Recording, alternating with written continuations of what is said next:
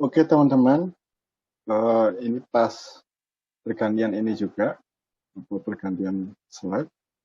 Nah yang pertama psikologi lintas budaya, yaitu kajian tentang kemiripan dan perbedaan eh, perilaku dan mental individu dalam berbagai budaya. Singkatnya kayak gitu. Jadi untuk melihat kemiripan dan perbedaan orang-orang dari berbagai budaya. Yang dilihat ya perilaku dan mentalnya kan, karena kita psikologi gitu. Nah, tujuannya adalah untuk membuktikan universalitas sebuah teori, alat ukur atau model intervensi dengan cara menguji kecocokannya pada komunitas-komunitas budaya. Nah, itu bisa coba zoom. Nah, psikologi lintas budaya itu cara kerjanya atau cara operasionalisasinya dia sama sebenarnya dengan psikologi mainstream. Kalau dilihat dari gambarnya itu, dia berada di atas tuh. Nah, dia untuk menguji universalitasnya dengan cara menguji di masyarakat 1, 2, 3. Yang artinya dia sudah membawa teori dari Barat.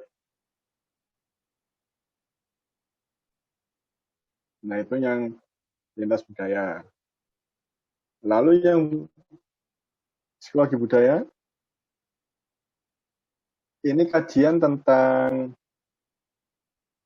mentalitas individu, mentalitas dan perilaku individu dalam konteks budaya tertentu. Jadi dia nggak melakukan perbandingan. Kalau tadi kan melakukan perbandingan, namanya aja lintas budaya gitu ya. Kalau ini budaya dia tidak melakukan perbandingan. Jadi dalam satu budaya tertentu, misalnya di budaya Kediri, di Kediri aja, dan punya asumsi bahwa mentalitas seseorang itu dibentuk oleh konteks budayanya.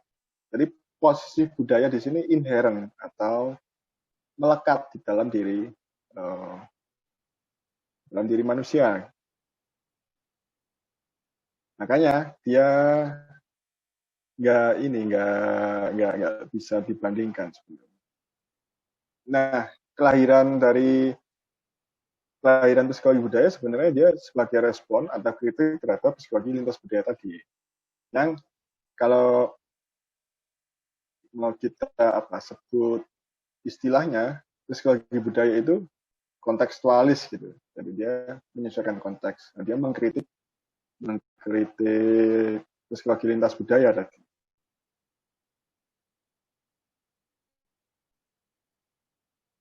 Karena generalisasinya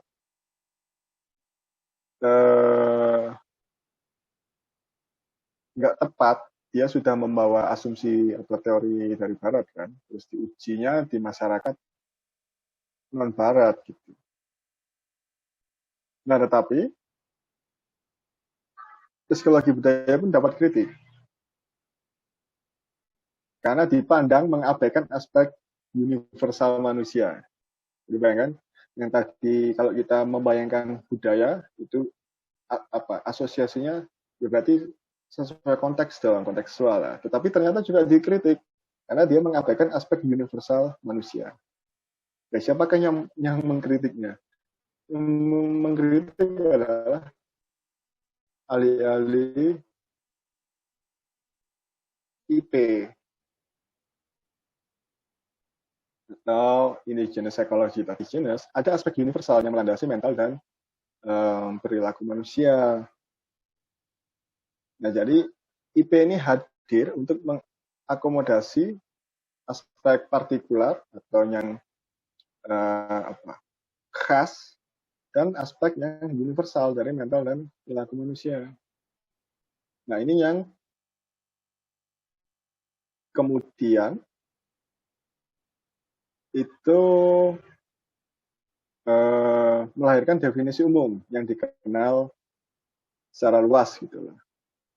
Jadi psikologi indigenous adalah studi ilmiah tentang mental dan perilaku orang lokal, dikembangkan oleh orang lokal dan digunakan untuk kepentingan orang lokal. Nah, ini definisi yang kerap dipakai oleh akademisi psikologi di Indonesia yang sebenarnya dia kurang. Nah, kenapa kurang? Karena dia melupakan satu hal yang menjadi tujuan akhir mereka sendiri. Apakah itu mencapai psikologi yang universal? Jadi indigenous psychology itu yang dia tadi secara umum didefinisikan sebagai studi ilmiah tentang mental dan perilaku orang lokal, dikembangkan oleh orang lokal dan dipakai untuk kepentingan orang lokal, itu ternyata dia punya tujuan universal. Kalau gitu, pertanyaannya kemudian, apa dong bedanya dengan psikologi arus utama? Bukankah psikologi arus utama itu juga mengklaim dirinya sebagai universalitas? Sekali dia tidak mengklaim, tetapi dia mengeksplor, dan di dalam ekspor pengetahuan itu, dia membawa asumsi tentang universalitas psikologi.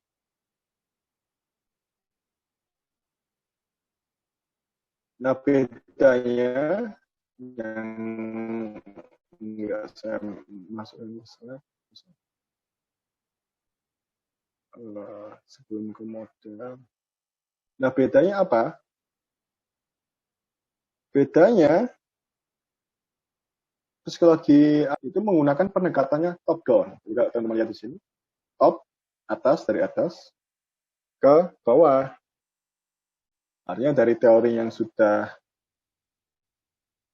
jadi, itu katakanlah, adalah teori psikologi barat, itu diturunkan ke masyarakat yang non-barat. Atau dari teori ke realitas atau masyarakat. Nah, itu sebenarnya dibangun dari wacana dan isu-isu di dalam budaya Amerika sendiri, yang rupanya, nah kalau tadi sebagian sudah kalian lihat, tadi kelas menengah ya, terus mahasiswa usia 18-22 tahun yang kuliah di perguruan tinggi di Amerika. Nah, ini juga ada temuan lain, bahwa ternyata karakteristik sampelnya itu merupakan masyarakat yang disingkat sebagai weird. Kalau kalian tahu weird genius itu, genius yang weird itu asing atau aneh gitu. Nah, ini sebenarnya singkatan WEIRD, itu singkatan dari Western Educated Industrialist Rich, kaya, dan demokrasi demokratis. Nah, ini sampelnya itu mayoritas itu. Nah, ini data penelitian yang dilakukan oleh Heinrich Hein dan Norenzayan tahun 2010 terhadap jurnal-jurnal utama dalam 6 subdisiplin psikologi dari tahun 2003 sampai 2007. Nah, dia menemukan bahwa 68% partisipan studi psikologi adalah orang Amerika, dan 96% datang dari negara-negara industri dan negara-negara maju barat. Nah, dia juga menemukan partisipan ini pun tidak merepresentasikan atau mewakili masyarakat barat pada umumnya. Sebab biasanya partisipan yang direkrut dalam studi ini adalah mahasiswa S1 yang ikut dalam studi untuk mendapatkan kredit poin dari suatu mata kuliah.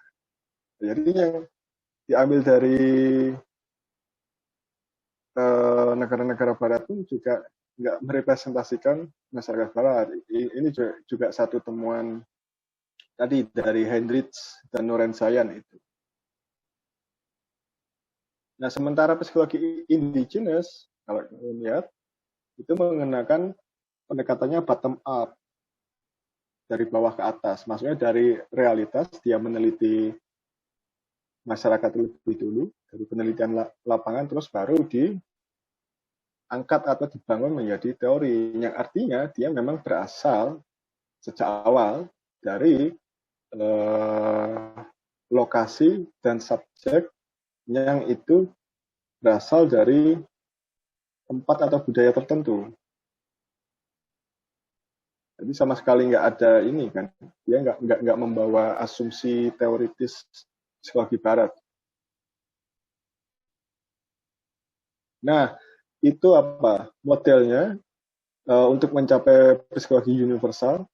Jadi dia dibangun dari penelitian-penelitian psikologi indigenous dari berbagai konteks budaya yang saling melengkapi dan berposisi egaliter atau adil. Jadi tujuannya IP sebenarnya adalah mencapai universalitas psikologi itu secara adil. Karena dia menganggap psikologi arus utama itu nggak adil dalam universalitas psikologinya. Gitu. Maka IP lahir. Kalau teman-teman tadi ingat di awal, if general psychology bersifat universal, maka IP nggak dibutuhkan. Nah, ternyata IP dibutuhkan karena psikologi arus utama itu nggak universal. Cuman klaim yang itu nggak terbukti sebenarnya secara ilmiah kan. Kalau kita lihat beberapa sampel terus dari proses kenapa dia bisa menjadi arus utama yang itu ada faktor politik kekuasaan. Nah dari situlah ini sebenarnya bisa dipakai juga untuk membaca fenomena orang desa yang mungkin nanti Mas Nano bisa menimpali, yang itu menggelisahkan beberapa teman. Beberapa teman yang kemarin ikut ini ya, ikut agenda sebelumnya. Nah, untuk mencarikan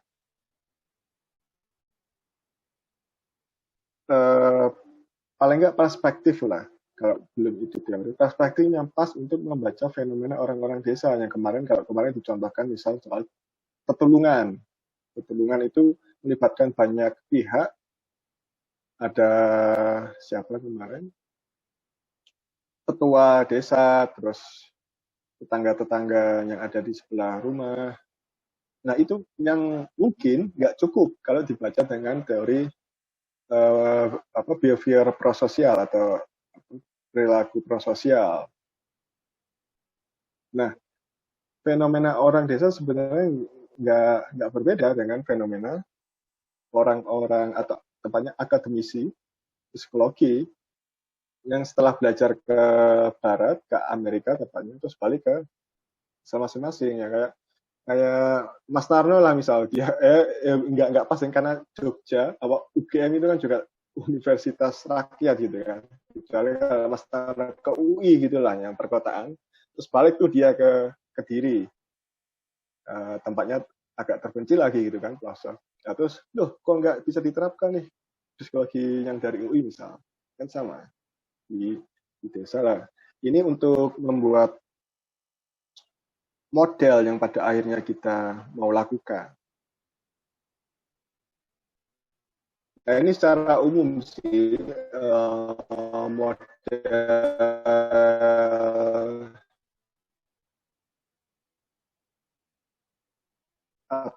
model indigenisasi lah. Ini dipakai juga di psikologi. Nah, ada dua, indigenisasi dari luar dan indigenisasi dari dalam.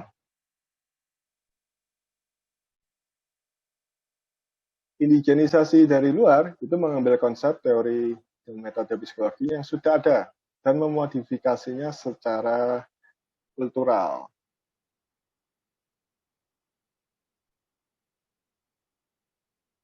Jadi dalam model ini si peneliti itu berusaha menghindari asumsi awal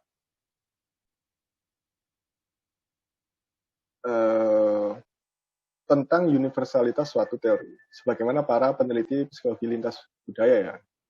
Jadi yang menggunakan indigenisasi dari luar itu dia menghindari asumsi awal tentang universalitas suatu teori.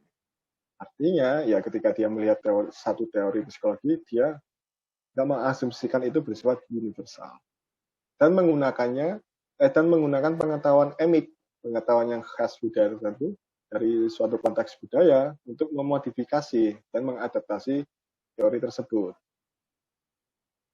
Nah, di sini peneliti menempatkan diri sebagai outsider atau orang luar dan melihat budaya sebagai target indigenisasi. Jadi melalui pendekatan top-down. Tetapi berbeda dengan yang lintas budaya tadi ya. Nah, sebaliknya model indigenisasi dari dalam itu mengembangkan teori, konsep, metode yang berakar pada konsep, teori, dan metode penelitian yang sesuai dengan budaya lokal.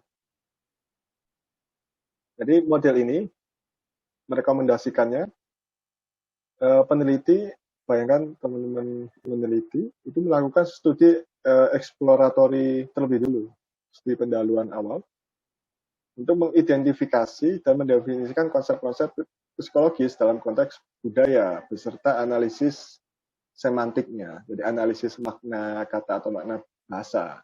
Semisal tadi kalau contohnya pertulungan itu, apakah artinya tolong menolong sama dengan kamus bahasa Indonesia kita? Gitu. Apakah ada aspek lain yang nggak terkandung dalam tolong menolong, atau lebih jauh itu nggak terkandung pada prososial behavior. Nah, dalam model indigenisasi dari dalam, budaya itu diposisikan sebagai sumber pengetahuan. Nah, di sini peneliti memakai perspektif orang dalam dan melihat budaya sebagai sumber pengetahuan untuk indigenisasi. Jadi caranya si peneliti ini untuk mengetahui makna pertulungan, misalkan dia tanya orang-orang desa yang pernah atau paling nggak selama ini mempraktikkan pertulungan. Nah ini sorry saya mengambil contohnya yang dari budaya Jawa. Kalau itu memang budaya Jawa ya, karena saya menyambung contoh dari Mbak Nuka kemarin. Ntar ada teman saya yang dari Jambi yang dia juga meneliti menggunakan pendekatan indigenous psychology, mungkin bisa masih ada memberi contoh lain.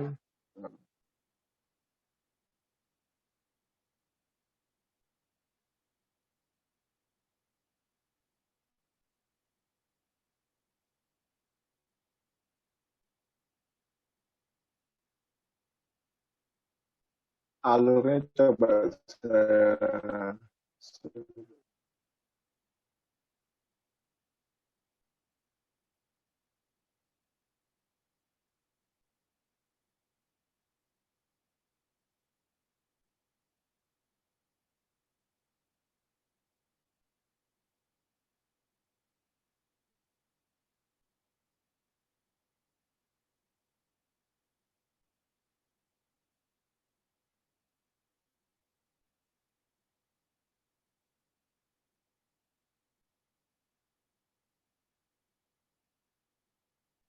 Nah ini sih sebenarnya alur dari kedua model. Kalau yang indigenisasi dari luar, dia bermula dari motivasi orang luar untuk mengetahui lah konstruk psikologis atau bangunan psikologis tertentu dalam suatu budaya.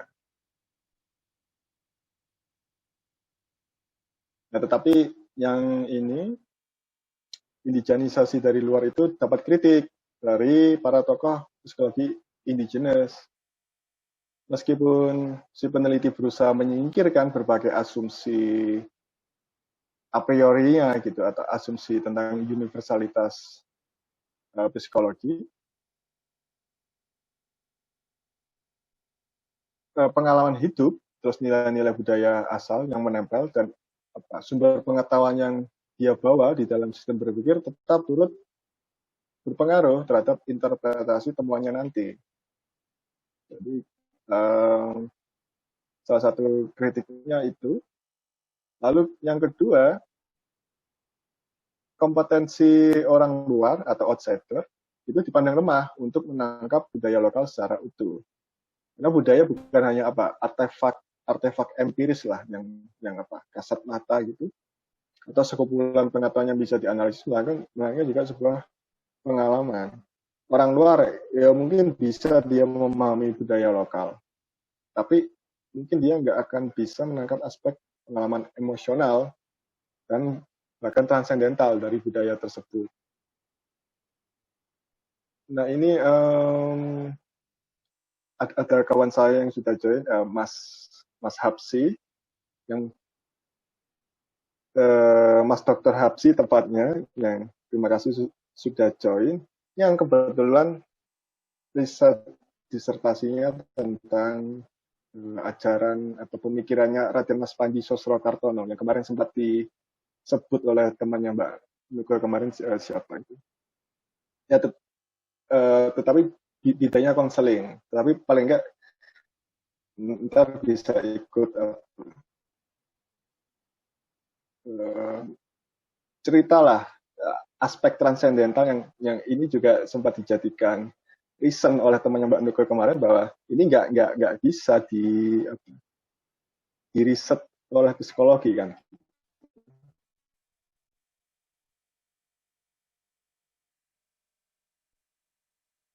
Nah, berkebalikan dengan indigenisasi dari luar, indigenisasi dari dalam itu mensyaratkan peneliti berasal dari komunitas budaya yang akan menjadi target penelitian.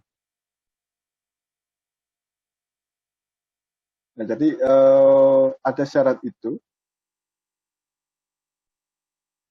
karena tadi suatu budaya itu bukan hanya artefak empiris gitu. Nah, jadi kalau ini mau dipakai untuk model psikologi wong desa atau psikologi desa gitu, mungkin bisa membentuk tim. Jadi ada tim yang itu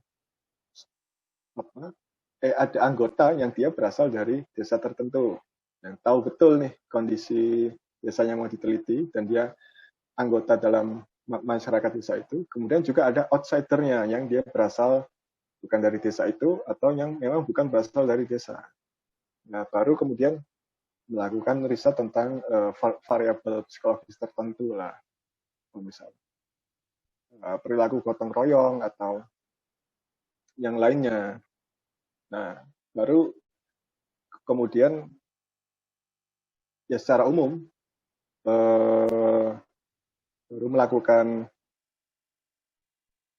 riset secara umum, tetapi tadi anggota tim penelitiannya perlu ada variasi seperti itu. Ada insider dan ada outsider untuk menggunakan dua model tadi. Dua model ini.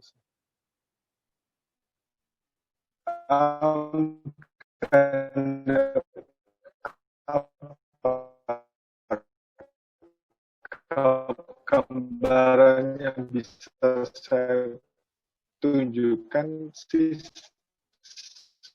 seperti itu, teman-teman, untuk yang model umum sebenarnya, atau model umum indigenous psychology yang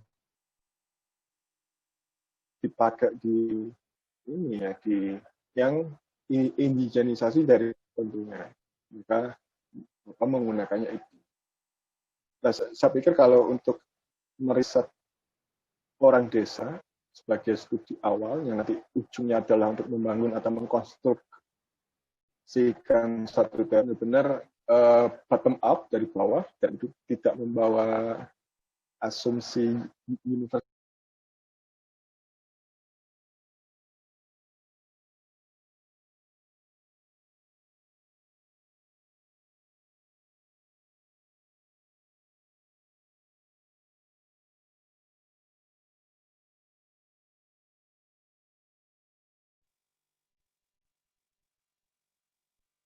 Oh iya, sudah selesai teman-teman. Pas kebetulan saya mencelat sendiri tadi.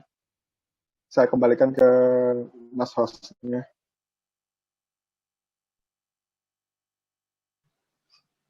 Oke, terima kasih Mas Bungki ya atas pemaparannya, sangat luar biasa sekali. Dari materi yang disampaikan oleh Mas Pungki tadi. Ini ada pesan dari Mbak Nuke bahwa sudah saatnya kita membuat pattern metodologi yang mau dikembangkan.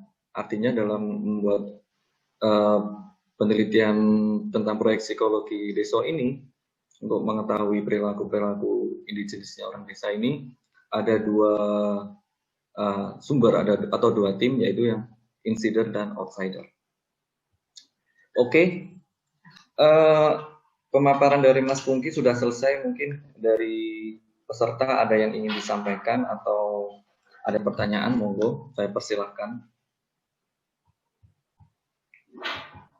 Dari Mas Pungki tadi.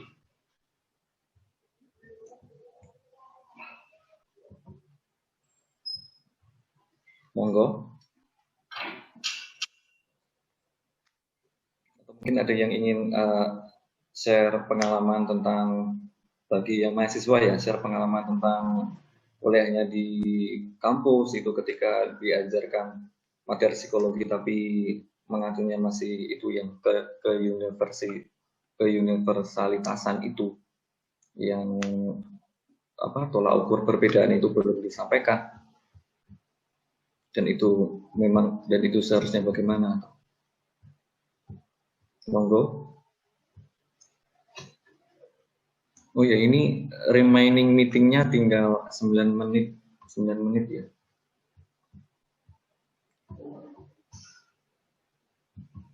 Monggo.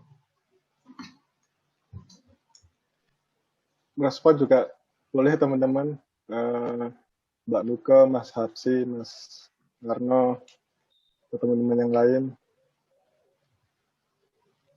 Mas Pungki, Iya. Saya Nuke. Oke, menarik sekali Mas Pungki, dan terus terang saya semakin bersemangat ini mendengarkan penjelasan panjenengan. Jadi memang betul sekali itu, di sini pun juga di sini sedang Mas Pungki, di sini sedang bergejolak juga soal psikologi barat. Jadi ada satu departemen yang sedang dikembangkan namanya critical psychology gitu.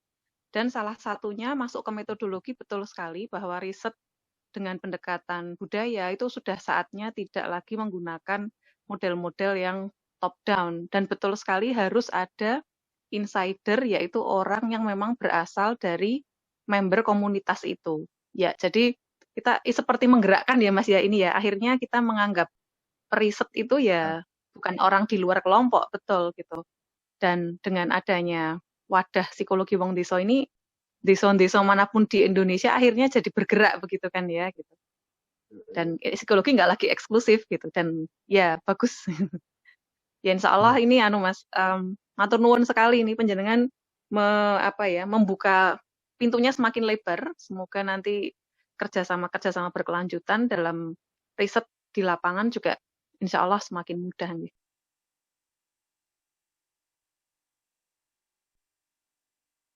Ya, sama-sama Mbak Nuke. Ngomong-ngomong, saya temannya Mas Haris, Mbak Nuke.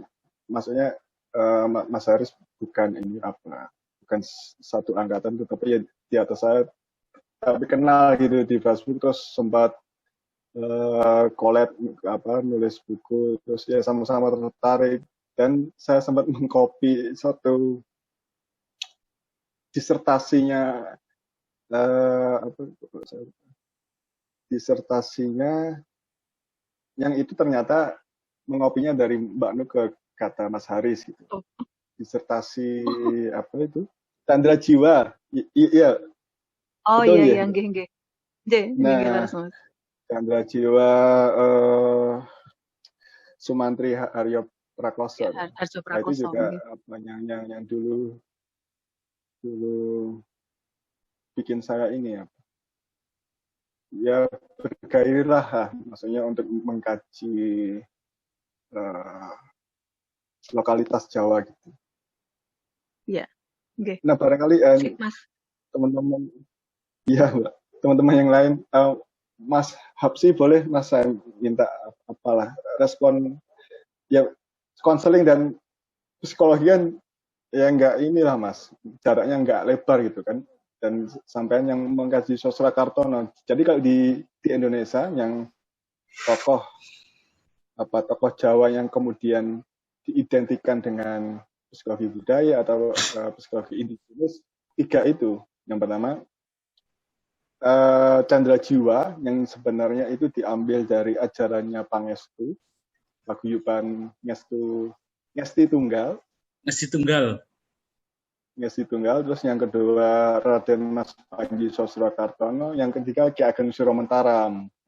Ntar gilirannya Mas Narno itu. Nah ini Mas Habsi kan mengkaji Raden Mas Sosrakartono. Iya. Baik, terima kasih Mas Pungki. Saya terpesona sekali dengan presentasinya ya, bagus sekali.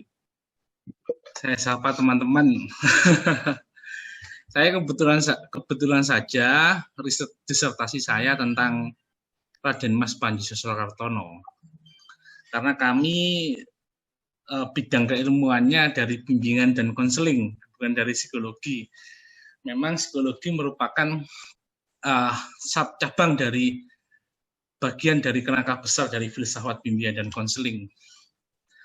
Kalau kami mengembangkan disertasi kami ini mencoba untuk meramu dari ajaran Raden Mas Panji Sosrakartono yang kami gali dari serat-serat beliau, lalu dari komunitas beliau yang ada di Kudus, di makam Sidomukti Kudus, dan komunitas yang lebih besar ada di Museum R.A. Kartini Jepara, dan komunitas dari Jepara sana, dan sekaligus di Rumah Kartini. Dari temuan-temuan tersebut kami buat sebuah partnya itu ada sebuah kerangka kerja konseling. Kerangka kerja konseling saya sudah share ini ada link YouTube di kolom komentar itu, temuan penelitian saya yang mulai dari filsafat dasar manusia,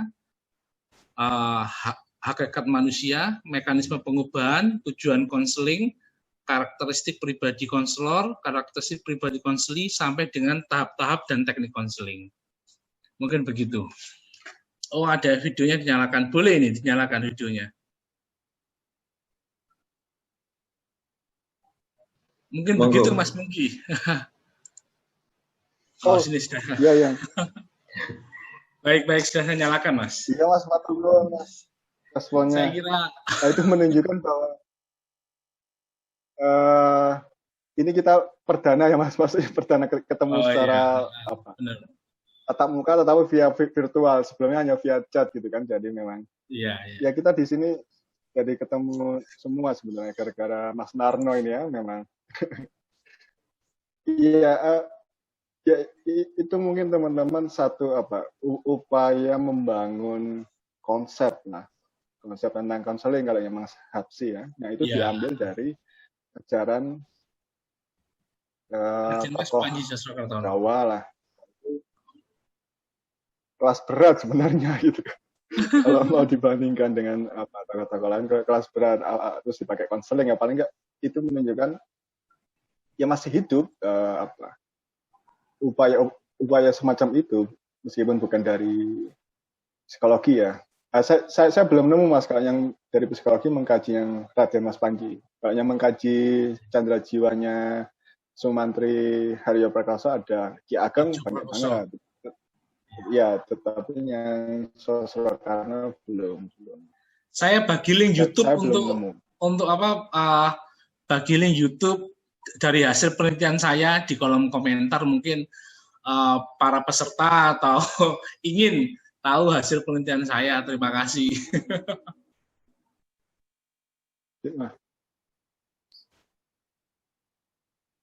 Baik, terima kasih Mas. Silakan Mas Sos. Apa ini ya? Apa mau kuis? Lah kok malah jadi kuliah Mas Narno. Ini kan sebentar lagi mau mati nih Gus. Dan sepertinya kita nanti harus dilanjut ini karena baru dua yang memberikan masukan. Sepertinya kita mau gayeng-gayengan dulu ini. Mas Udin dan teman-teman, apakah sudah disiapkan lagi ini untuk ID-nya yang berikutnya? Sebentar, Pak. Oke. Oke, nanti mungkin dengan link ID yang tetap sama, Pak Andi. Tetap sama ya, tetap sama. Iya, tetap sama. Ini ya. Oke. Iya. Jadi sebentar lagi ini mati.